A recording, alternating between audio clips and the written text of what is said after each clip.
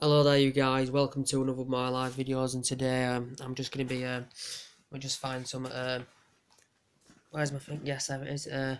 Wait there, guys. I'm gonna be officially updating you on some more current latest news now regarding Arsenal. We're going to talk a little about Arsenal. We're going to talk a little bit about Mesut Ozil, and I'm going to talk about the swap deal because Arsenal are interested in doing a swap deal for Alex Sanchez. I think Venner is a big admirer of Julian Jackson. Now it's saying in the press that Arsenal may be considering doing a swap deal, Sanchez to PSG and Julian Jackson to Arsenal as part of the process, because we know Arsenal have got Sanchez coming to the end of his deal, Mesut Ozil coming to an end of his deal with Arsenal Football Club now. But it's saying now we'll start with Ozil. Man United, are planning to actually sign Mesut Ozil in January, I do think, but he will become a free transfer next summer because I think they have been in talks of trying to secure Mesut Ozil a new deal at the Emirates Stadium. The player has currently refused this as well in the process. He's been demanding a higher salary in his wages, Mesut Ozil. I think he's demanding, is it £350,000 a week?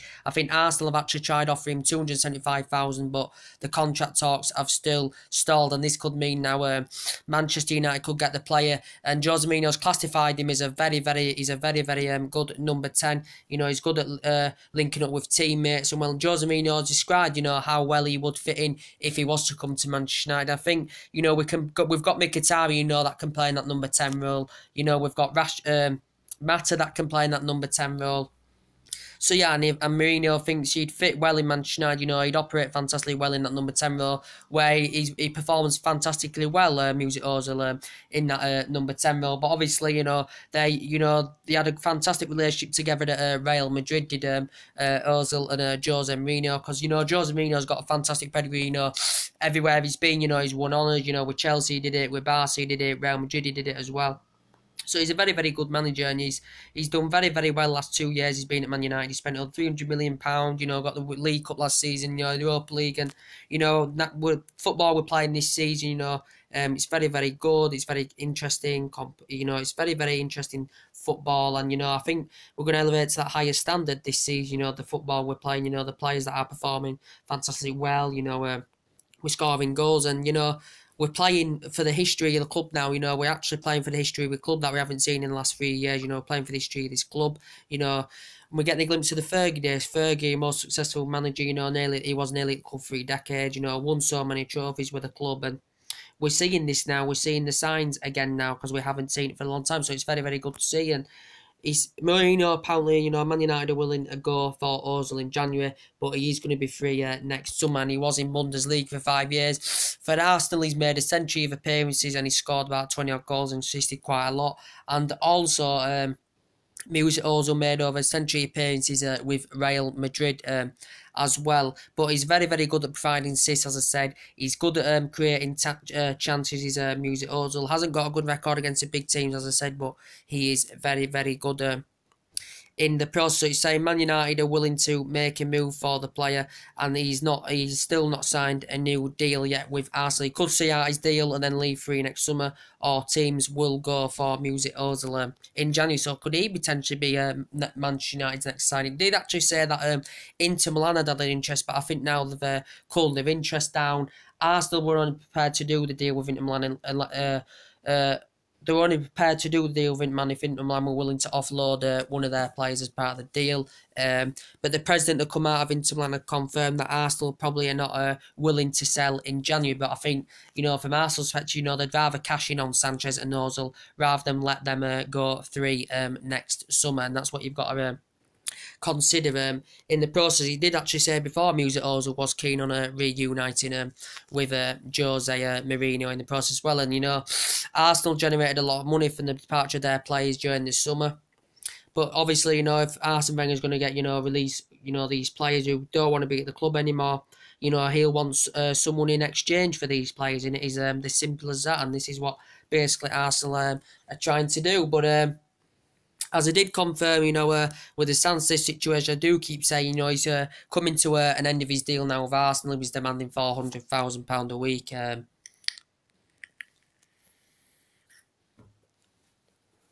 He was demanding £400,000 a week, was it Alexis Sanchez with Arsenal Football Club? You know, it's first time in 2 decades they have not had Champions League, and Sanchez, you know, wants to elevate to a higher level.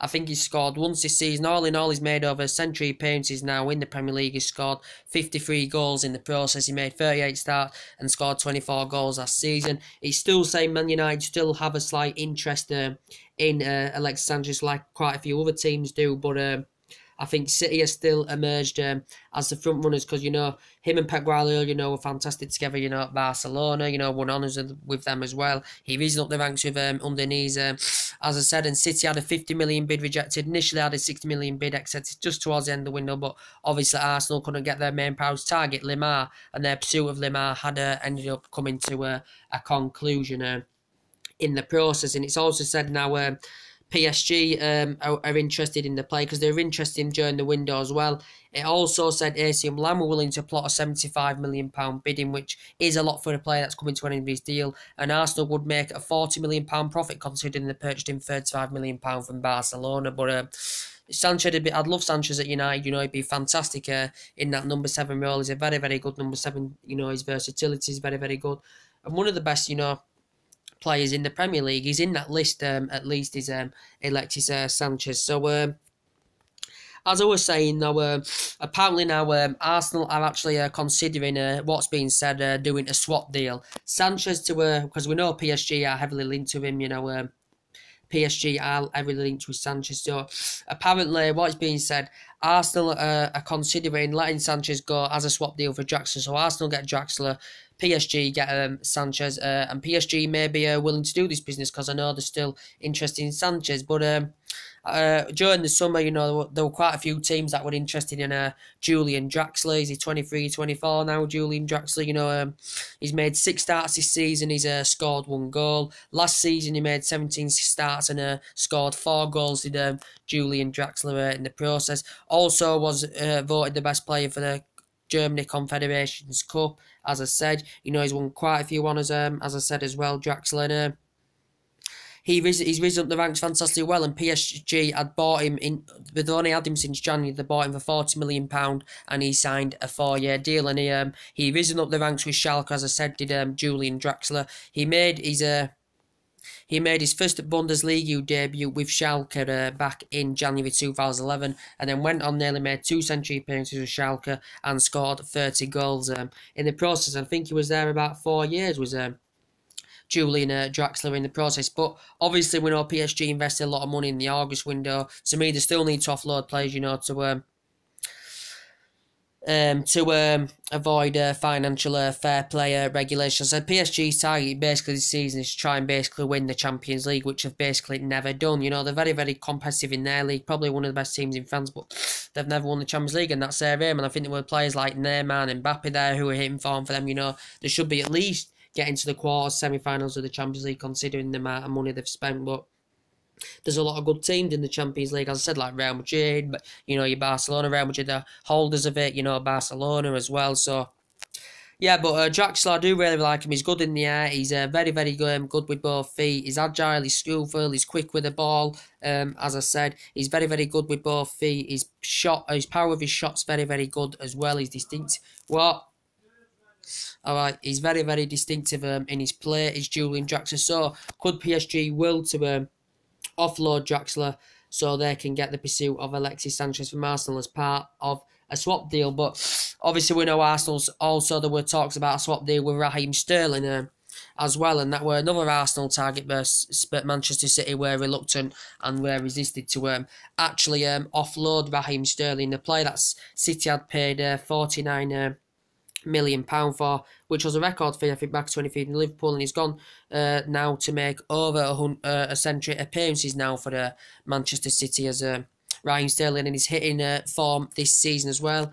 His versatility is very, very good. As I said, he's won Premier Player of the Month, he's won Golden Boy Award, and he risen up the ranks fantastically well with QPR. That's where he started his career, I think, Raheem Sterling. But City were reluctant and were resisted to offload the player. Arsenal would have gone along with this if City were willing to offload Sterling as part of the deal for Sanchez. But obviously, City were only keen on doing a cash only deal for Alexis Sanchez. But I think City will return in January for Sanchez as part of the deal as well in the process. And I know you guys, just to update you now, I know you've seen my FIFA 18 career mode. As I said, I'm doing very, very well. I think I'm in February now and I haven't lost a game yet. I've drawn a couple, but I haven't lost, and I've just moved up to the level of world class because for me, professional is really, really too easy for me in the process. But yeah, guys, that's everything to update you today. So what do you think is the story? Man United are planning to make a move for Ozil because Arsenal have been in discussions about signing a new deal and securing a new deal, but they're nowhere near on coming to an agreement. So Man United could, prepare to have talks in January, maybe go for the player, when he's a free transfer next summer. But I think Inter Milan have now dropped out of the race for Mesut Ozil, but they are going to be definitely going. But I think from Arsenal's perspective, as I said, they'd rather cash in on the player. He's very, very good in that number 10 role, and Jose Mourinho is a big, huge admirer of the player after they were good together at Real Madrid as well. And he's been at Arsenal now. This is his 5th year in the process. Won quite a few FA Cups, won quite a few honours with Real Madrid as well. But yeah, so that's basically everything to update today. Drop your comments, like, support on the channel, subscribe to my channel as always, and take it easy, guys, and I'll see you later on. Bye.